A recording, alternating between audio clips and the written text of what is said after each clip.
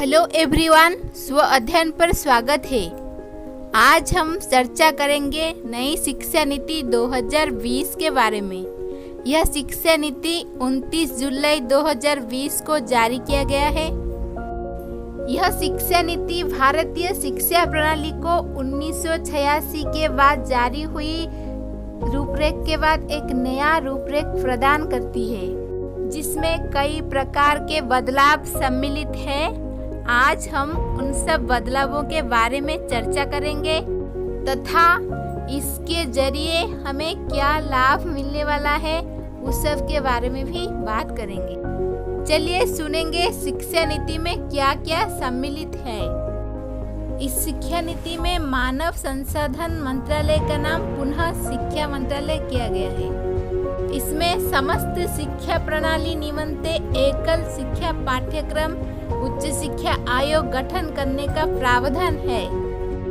अब चर्चा करेंगे इसमें सम्मिलित अन्य कुछ मुख्य बिंदुओं के बारे में। कक्षा 5 तक बच्चा अपनी मातृभाषा में पढ़ाई कर सकता है, यानी कि 5वीं कक्षा तक बच्चा मातृभाषा में पढ़ सकता है। कक्षा 6 से बच्चों को कोडिंग सिखाई जाएगी तो विश्व के कई विकसित देशों में पढ़ाई जाती है। कोडिंग डिकोडिंग जो विश्व के कई विकसित देश के बच्चे पढ़ते हैं, अब भारत में भी कक्षा 7 से बच्चे वो पढ़ेंगे। पहले 10+2 का सिस्टम माना जाता था, लेकिन थोड़े बदलाव के साथ इसे 5+3+3+4 में बदला जाएगा और आपके कॉलेज के 3 वर्षीय ग्रेजुएशन को 4 वर्ष का किया जाएगा। अगर आप फर्स्ट ईयर में ही पढ़ाई छोड़ देते हैं तो आपको उन अंकों के हिसाब से मार्कशीट तथा आप सेकेंड ईयर में पढ़ाई छोड़ देते हैं तो आपको डिप्लोमा और आप तीसरे वर्ष में पढ़ाई छोड़ देते हो तो आपको पूरी डिग्री दी जाएगी।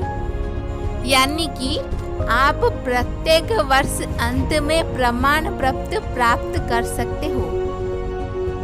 कोई भी प्राइवेट कॉलेज मनमाने तरीके से शुल्क वसूल नहीं कर सकता है, यानी जो तय किया गया राशि वही ही प्राइवेट कॉलेज भी लेगा, आपसे ज़्यादा नहीं ले सकता। स्कूल या कॉलेज में आप अपना पसंदीदा विषय ले सकते हैं। जैसे आप गणित या भौतिक विज्ञान पढ़ रहे हैं तो आपको संगीत, चित्रकारी, राजनीति, विज्ञान कुछ भी लेने का अधिकार है। यानी आप अपना पसंदीदा विषयों का चयन करके पढ़ाई पूरी कर सकते हो। बोर्ड की क्लास में अगर आप परीक्षा वाले दिन परीक्षा नहीं भी दे पाए तो चिंता ना करिए, आप बाद में भी दे सकते हैं और परीक्षा का मूल्यांकन केवल वर्षीय एग्जाम पर नहीं, आपकी कक्षा में होने वाले छोटे छोटे क्लास टेस्ट पर भी निर्भर करेगा, जो अब अनिवार्य करवाए जाएंगे। वैदिक साइंस और भारतीय संस्कृति का कुछ भाग में जोड़ा जाएगा। शिक्षकों को भी टेस्ट देने पड़ेंगे या उनका भी इंटरव्यू लिया जा सकता है, यानी शिक्षक बनने के लिए भी उन्हें इंटरव्यू देना पड़ेगा। देश के टॉप 100 कॉलेज ऑनलाइन शिक्षा में मदद करेंगे। विश्व के टॉप 100 कॉलेज अपनी ब्रांचेस भारत में खोल सकते हैं, यानी विश्व के 100 कॉलेज अपनी ब्रांच भारत में बनाने की प्लानिंग में है। आपको अपना पसंदीदा विषय लेने का अधिकार इसीलिए है क्योंकि कॉलेज से निकलने तक विद्यार्थी किसी एक विषय में पारंगत हो जाए जो उसका भविष्य बनाने में सहायक हो। इसीलिए आप अपने पसंद अनुसार विषय चयन कर सकते हो। आपने इलेक्ट्रिकल इंजीनियरिंग की और आपको एक बल्ब नहीं लगाना आता, अब ऐसा नहीं होगा। आपको प्रैक्टिकल सेशन को बढ़ाया जाएगा, प्रैक्टिकल पर ज़्यादा ध्यान दिया जाएगा। साइंस, कॉमर्स, आर्ट्स ऐसा नहीं होगा, कोई विशेष स्ट्रीम नहीं होगी। जो आपको विषय लेने आप ले और आराम से पढ़ाई करें। यानी आप जो विषय चाहेंगे वही विषय चुन सकते हो। एमफिल को डिसकंटिन्यूड किया जाएगा और जो बीएड को भी 4 साल की करने को लेकर और कदम बढ़ाए जाएंगे। यानी जो बीएड अब 2 साल का है वो 4 साल का भी हो सकता है। मौजूद पाठ्यक्रम को कम किया जाएगा। बच्चों को मानसिक और शारीरिक दोनों तरीके से मजबूत बनाने पर जोर दिया जाएगा। यानी जो पाठ्यक्रम अभी प्रचलित है उसे थोड़ा कमा दिया जाएगा। बच्चों का बौद्धिक विकास के साथ साथ शारीरिक तथा मानसिक विकास कैसे हो पाएगा उस पर ज्यादा ध्यान दिया जाएगा।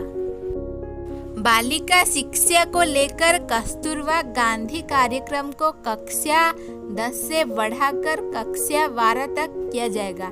यानी बालिका कस्तूरबा गांधी विद्यालय में कक्षा 12वीं को जोड़ दिया जाएगा। 4 साल की डिग्री करने वालों को 1 साल की एमए भी करनी होगी। एमए के बाद सीधा पीएचडी की जा सकती है।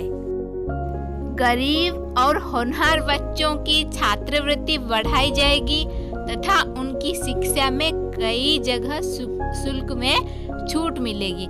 यानी जो गरीब बच्चे हैं फिर भी होनहार है, उन्हें पढ़ाई के लिए छात्रवृत्ति ज्यादा मिलने वाली है और फी भी कमा दिया जाएगा उनके लिए। संस्कृत को महत्व दिया जाएगा। देश में संस्कृत यूनिवर्सिटीज खोली जाएगी। यानी संस्कृत विश्वविद्यालय आदि की स्थापना किया जा सकता है। देश के सभी कॉलेज में कॉमन एंट्रेंस एग्जाम होगा, अर्थात हायर एजुकेशन में एडमिशन लेने के लिए सभी कॉलेज में एक ही परीक्षा होगी, अलग अलग पेपर नहीं होंगे।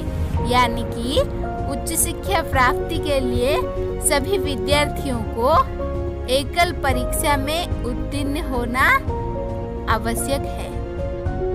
2030 तक देश के सभी जिला में कम से कम एक ऐसा बड़ा कॉलेज हो जो सभी प्रकार की शिक्षा उपलब्ध करवा सकता है।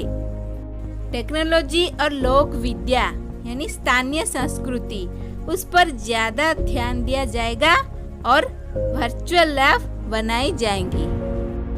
ये थी नई शिक्षा नीति 2020 जो कि भारत की फिलहाल में प्रयुक्त होने वाले नई शिक्षा नीति है। उसके बारे में कुछ प्रमुख बातें थी। धन्यवाद।